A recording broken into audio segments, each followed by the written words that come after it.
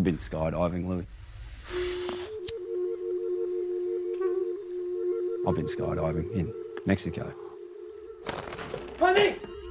It was fun, but I didn't know that the planes that they take you up in, they don't have any seatbelts. So you can go up in them, but you can't come back down. So when you're up there at 15,000 feet, it's the only way you're going out. Kicking, screaming, shitting, spewing, coming. They'll fucking choke you cold and throw you overboard. It's too late. Tonight, we own you. The boys own you. And the harder you kick, the worse it's all gonna go down.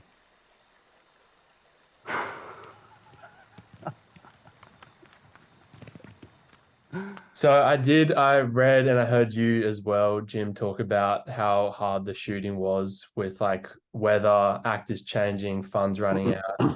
And at one point I saw that you almost just made it a proof of concept and just gave up. So I want to ask how you both kind of maintain motivation when all things like kind of feel hopeless or over. Any like advice for filmmakers, or is it just kind of a slog until the shooting is done? You've really got to rely on each other. Like I think we had our worst moments when we were kind of in ourselves rather than in the crew and like with the group. You know, it's like you just feed off each other's energy, and we figured that out really quickly. That like the responsibility of the director to establish a tone for a set is often, it's kind of off, not ignored, but it's just like it's such a big part of the job that they don't really prepare you for. It's like how responsible you are for just like how everyone's day is, and just how they feel going home, what the energy is like on set. And so once we realized that like if we kind of led the tone as something that was like communal and something that relied on each other, especially at this budget level where we just had no money, then it meant that everybody was it kind of fed back to us. It fed back to all our heads of department, and then all the way to, you know, people like runners and production support staff, people that, you know, are lower on the call sheet, but just as crucial to making sure everything runs. So it was just like figuring out that, like, you know, like feeding back into the crew and cast. They were the biggest support for us. Like, especially like people like Roger, our DP, who just, you know, who'd be shooting every single day. You know, we would like rained out one day. We were rained out one day in the first block. We were at the hotel and we didn't have anything to do, anything to shoot, but we just shot like one of the prop cars, just kind of driving around the hotel, which was like quite a wooded area or piece of land. Ended up just becoming like crucial coverage. But it was just because, you know, Roger was there and he just, you know, wanted to use the time. He wasn't letting it get to him. So I'd say that. Yeah. And then I think at a at a lower level for like upcoming filmmakers, follow through is really important. Doing like the entire life cycle of a project, like actually finishing it, actually trying to polish it and getting it in front of an audience. That's where you really learn, when you see how an audience reacts to what you're making. It's a really common trap that we saw at film school. Like as soon as people would start a project and it would get tough, they would like throw in the towel. They'd say, oh, we'll make this when we finish film school, like next year, when it's a bit easier and people have more time, and then they would never make it. Or as soon as you have a project that looks like it can be made, people will just start thinking about other projects they could be doing at the same time. Kind of like productive procrastination is a real trap for filmmakers.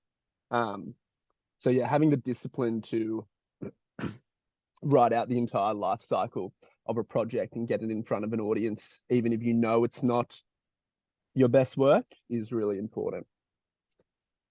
Yeah, I've definitely felt that. Like I just do small, you know, shorts, and even that like halfway through, I'm like, this is a piece of shit. I need to quit this. Mm. You know what I mean? So I couldn't imagine what it's like for like the whole movie. But my next question is just like the paranoia game, these men who, like you said, they're always kind of wearing masks in front of their partners. It all felt like I was watching like people I knew and people around me.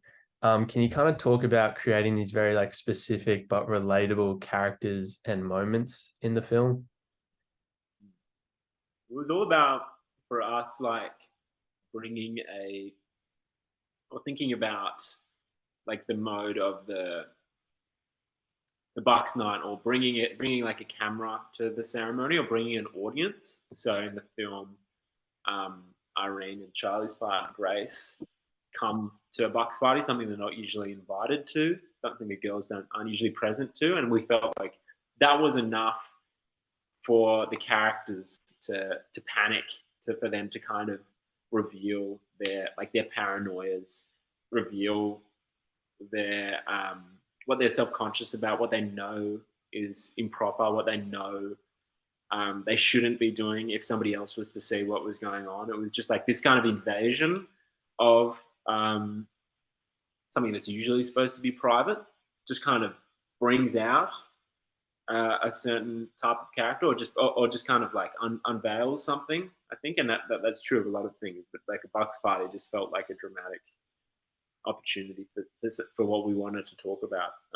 I think paranoia plays into that quite explicitly. It's just like, well, have been talked about, or somebody having an opinion about what you're doing, but you're not allowed to know what it is, and that kind of feeds into the judgment of all the men. They all feel that they're being judged by the women, and are beginning to be judged by their other male friends, but they don't know exactly what for, and they think that there's a hypocrisy in that. They're thinking, if the girls weren't here, you'd be taking part in this. If the girls weren't here, you wouldn't have an issue with it. Now you have an issue with it.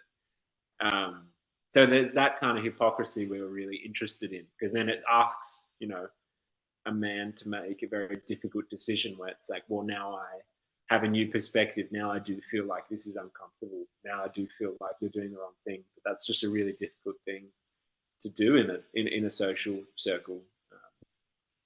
Yeah. Yeah. And then something we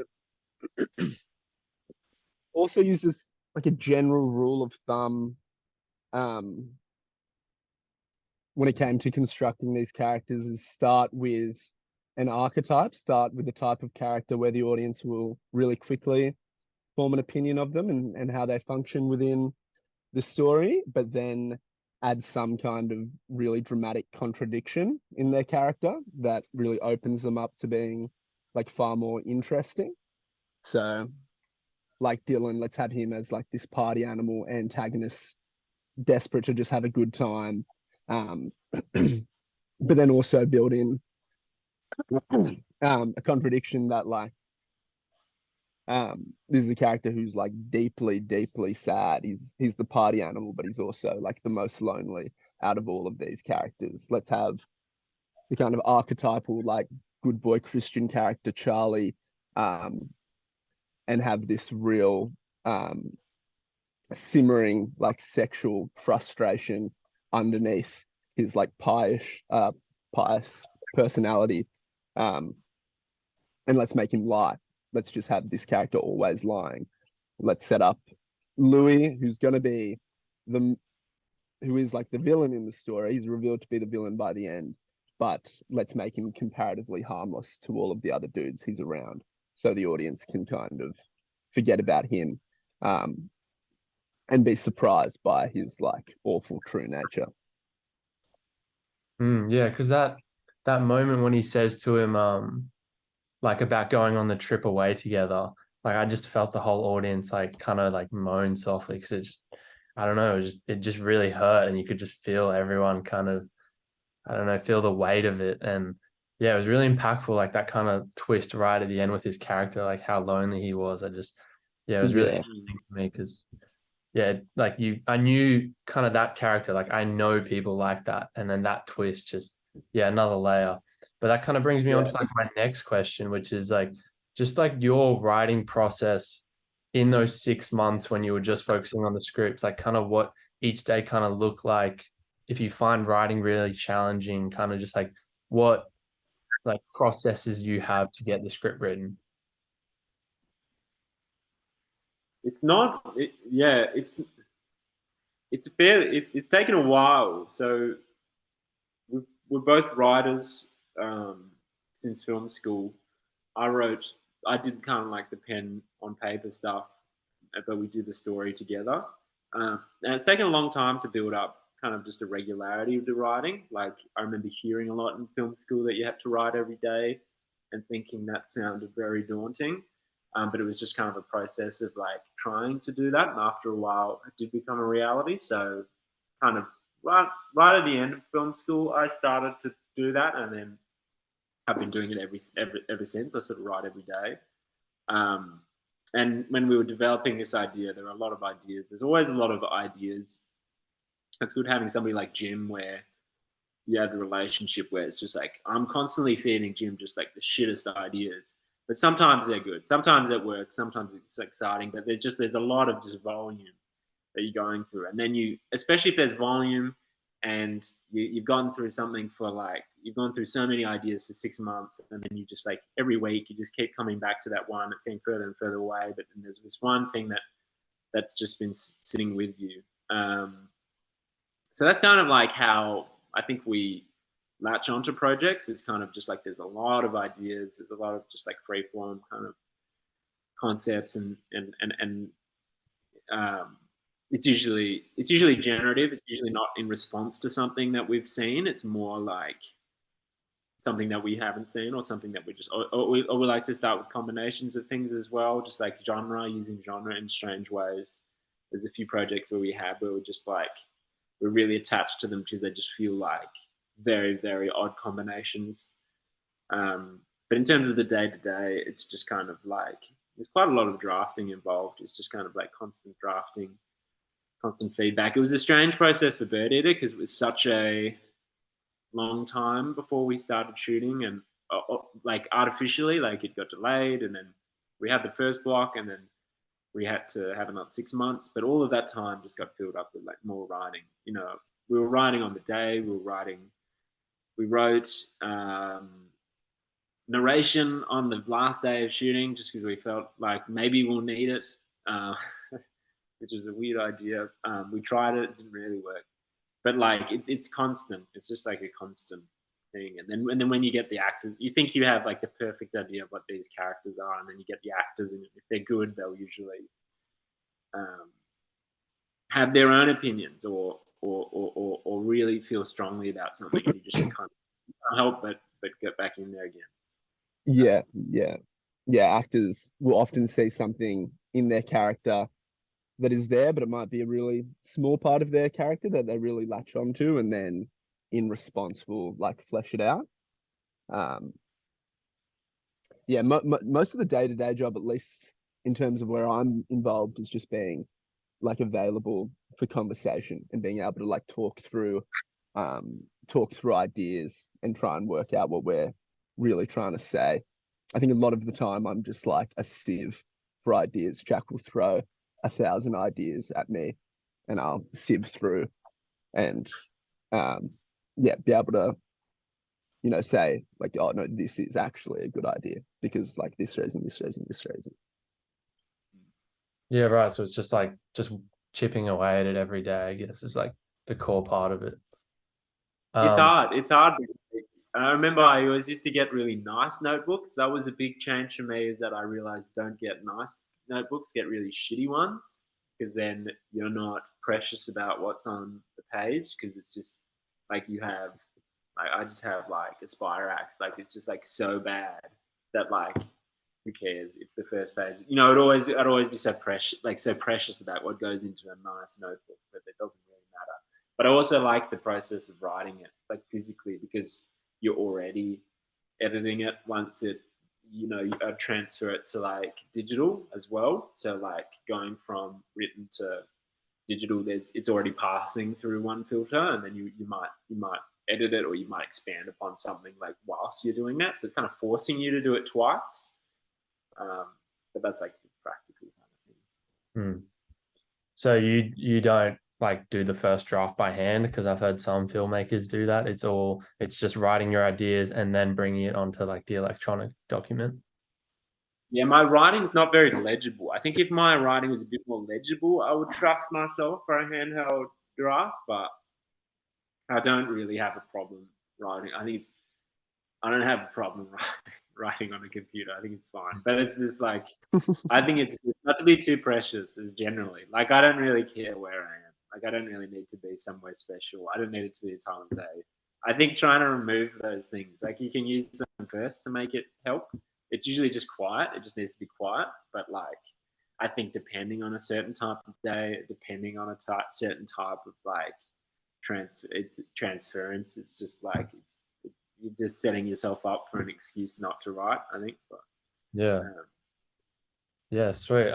So I said before I won't bring up Wake and Fright again, but I have heard you both talk about the celebration, like Nashville, Mishima, and like more specifically this period of just watching as many movies as you could, like in afters, which I found really interesting. How important do you think this kind of period of just watching the best movies you could was to get you where you are now, and like what effect did it kind of have on you as filmmakers? it's not so much the movies, it's more the process of realizing, like, a lot of the movies I think we watched in film school were probably above my pay grade. Like, I probably latched on to like a cool dolly from Taxi Driver or something. Not like I didn't really know what I was watching. Even if I was like, this time I get it. I'm 21. This time I fully get it. It's like, and then you visit it at 25 or whatever. It's more about the process of realizing just how much story and how much material there is out there, and how many really odd perspectives there are, or not odd to you. So I think it was really crucial in just like, again, like the writing process. I think it was just realizing that if you want to make something that's really cutting or really challenging for somebody, you have to know, you have to be challenged. You have to kind of overwhelm yourself with content, and that's something that takes years and years and years. And I don't feel like I have a handle on movies I like to even watch yet. I don't. There's so many areas that I feel like I haven't really scratched yet. But it's more just the idea that like, that's so exciting. Like, I like watching movies as much as I do making them. Like, it's just, I feel if I watch something really good, especially if it's current, like if it's current and really good, it just makes me so worked up, because I'm jealous, because I'm inspired, because I hate it, like whatever. So maybe that's why I avoid current ones, because they just make me so jealous, or like they make me kind of competitive in maybe not a very healthy way. But it's more, yeah, it was very fundamental in realizing like how much work there is to do, and you better love it. Like, you better love really make sure you love watching movies, because if you want to be good at it, you're gonna have to love just like sitting in front of movies for hundreds and hundreds of hours a year. But it was reassuring, because I did enjoy it. But it's kind of like a fairly foundational test, I think, in film school. But it is crucial. Like, slowly building up that film literacy is so important, because when you are stuck, or if you do have say a moment in the script, you have a catalog in your brain of similar moments in great movies that you've seen. So you can say, like, we can steal this and make it our own, or like, we have to do something different. Like, an example would be, we've just seen so many movies of characters having a quiet moment reflecting in front of a bathroom mirror. That's in so many movies. It's in pretty much every like indie film. At one point, the main character will look at themselves in a mirror, like literally reflecting. And like, that's where we had the idea of, oh no, in this bathroom, let's make it so there's no bathroom mirror. There's just a gap in the wall where the mirror usually is. Realizing that's actually like a really cruel thing to do to the girls in this film, like deny them a moment of reflection, give them just nothing to look at. And then they often they'll make like poor decisions after the fact because they've been denied that chance to reflect. So yeah, there's things like that. Because yeah, you come to a scene and you try and work on the coverage, and you just straight away be like, I know how to shoot the scene. We can do this, we can do this, and then you have to really forcibly like stop yourself, and you're like, what? Why was I so automatic in thinking that's how this scene? And often, really, it's very frightening how often you can be like, oh, I just like, it's this exact movement or this exact coverage from something I like. It happens so often, and then you have to be like, no. You have to kind of scrap that, or you can keep it if you want, but just like be aware of the fact that you've just like taken it wholesale from, because it's very rare that there's just genius is struck and you figured out the one way to shoot two people talking in a room that nobody has done. It's like, well, you're thinking about something.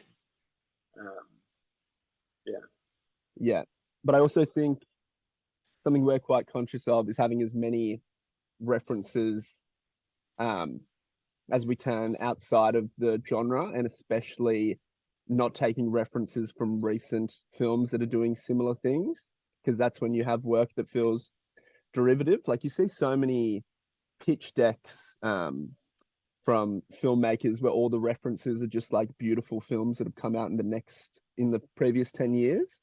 And it's all like, they're all great movies, they're all great references. But like people forget by virtue of making a movie in 2023, like it's gonna look contemporary. Like you have the gear to make it look like the movies that you're looking at that you really like.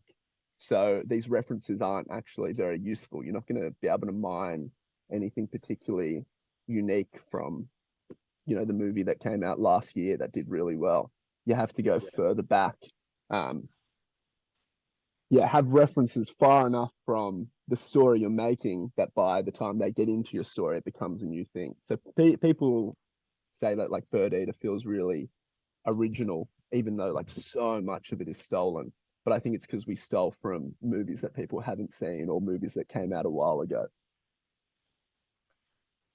Yeah, because I remember I read that you said like if you just watch enough movies subconsciously, you'll shoot in the way you're watching it, like without even realizing it, you're just shooting based on those movies.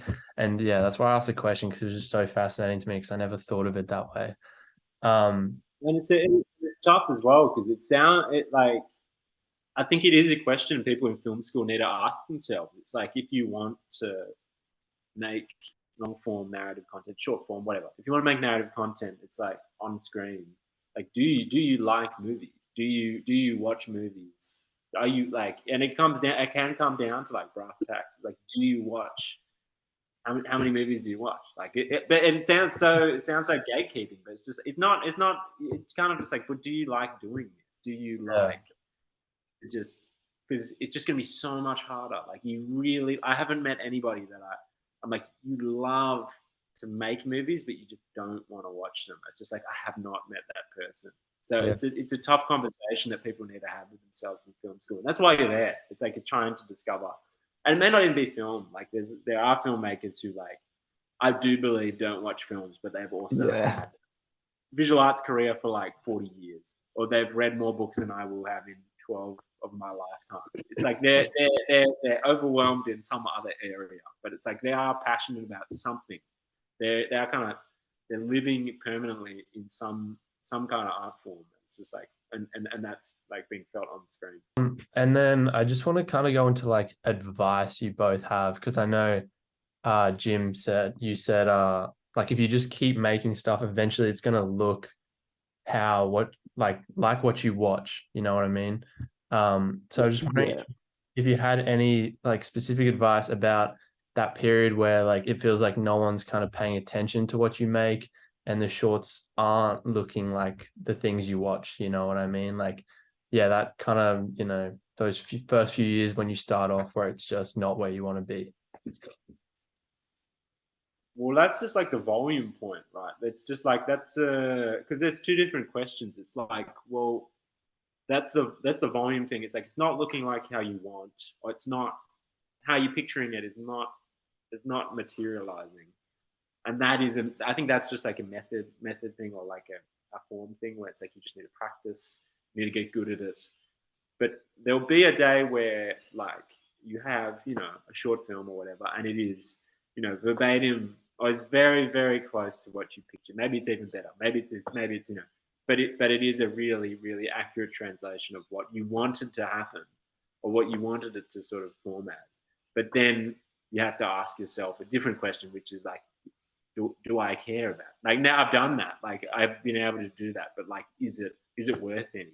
Do I is that part good? Because that's like a separate question. It's like, now you can do it, but like you've spent so much time like getting to the point where you're able to capture something on film, but is it something that you want to say yet? Is it something that you think, and that's more of a personal thing.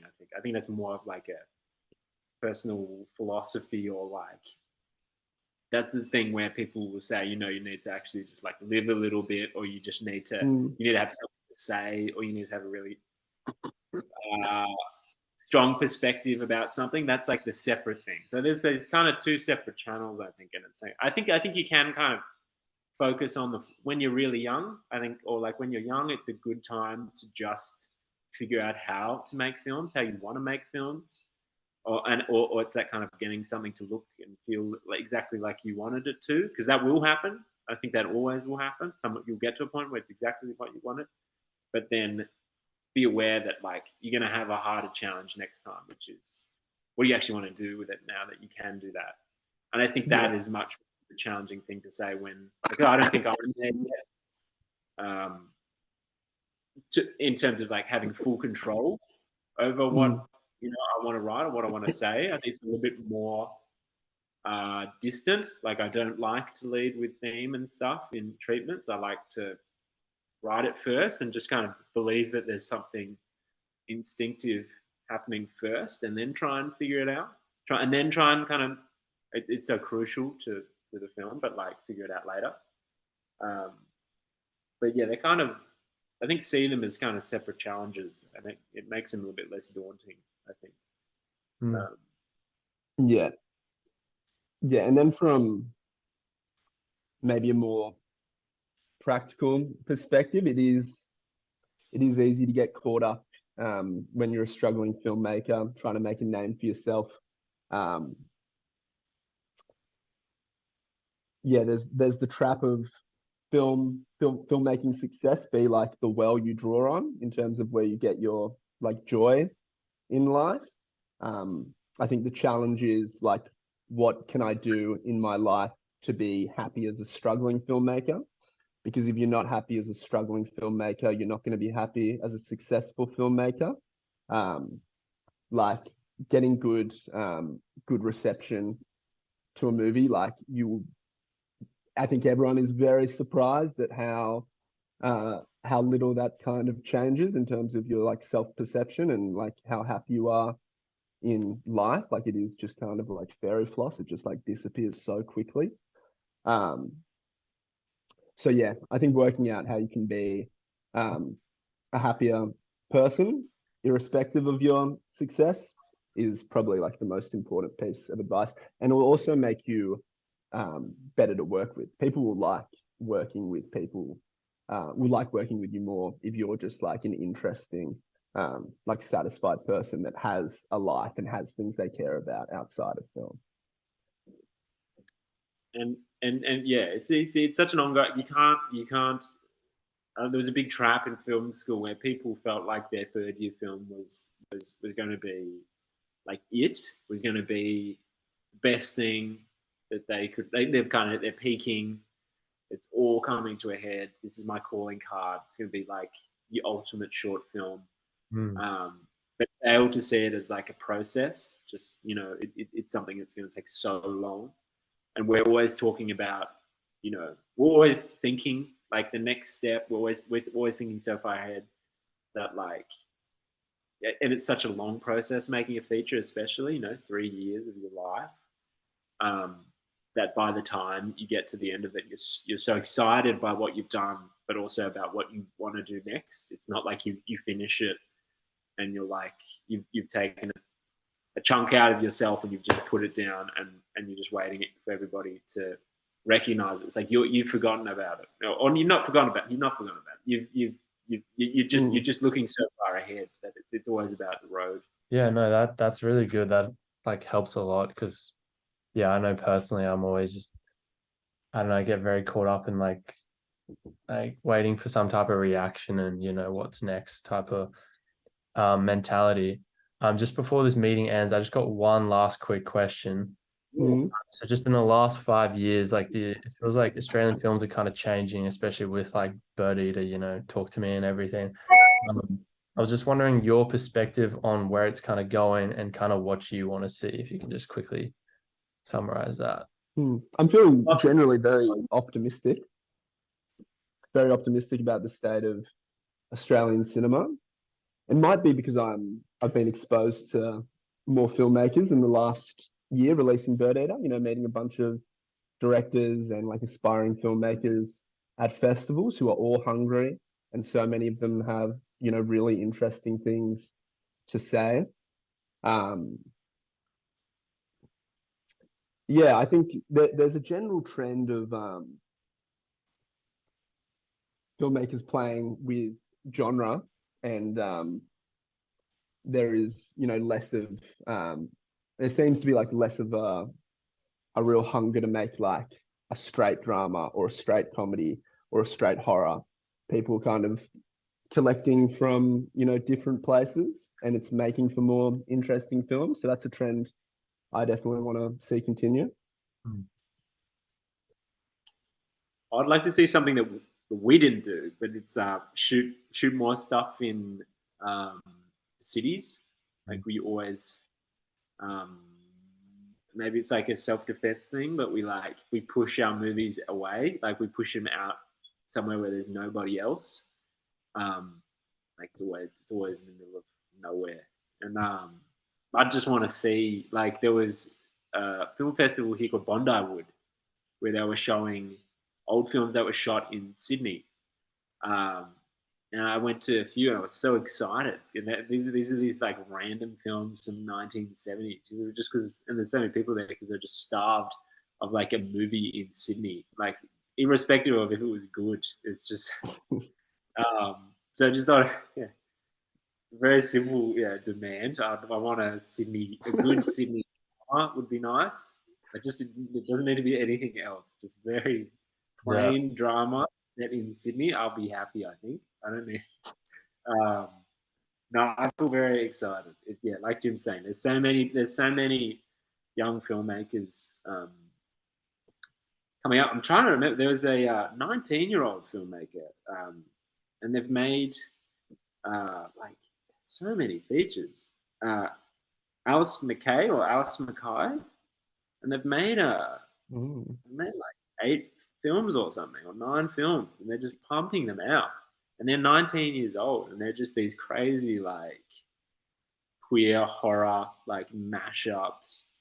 And I just can't believe, and it makes me so excited to see like that kind of productivity from young filmmakers. Just makes me jealous, to be honest. It makes me jealous. Yeah. I'm one. That's what I mean. Yeah. They did 3 features in 2021. What? Yeah. Holy yeah. And all of them look like pretty good as well. They don't look bad. They look like okay. We got to get to work.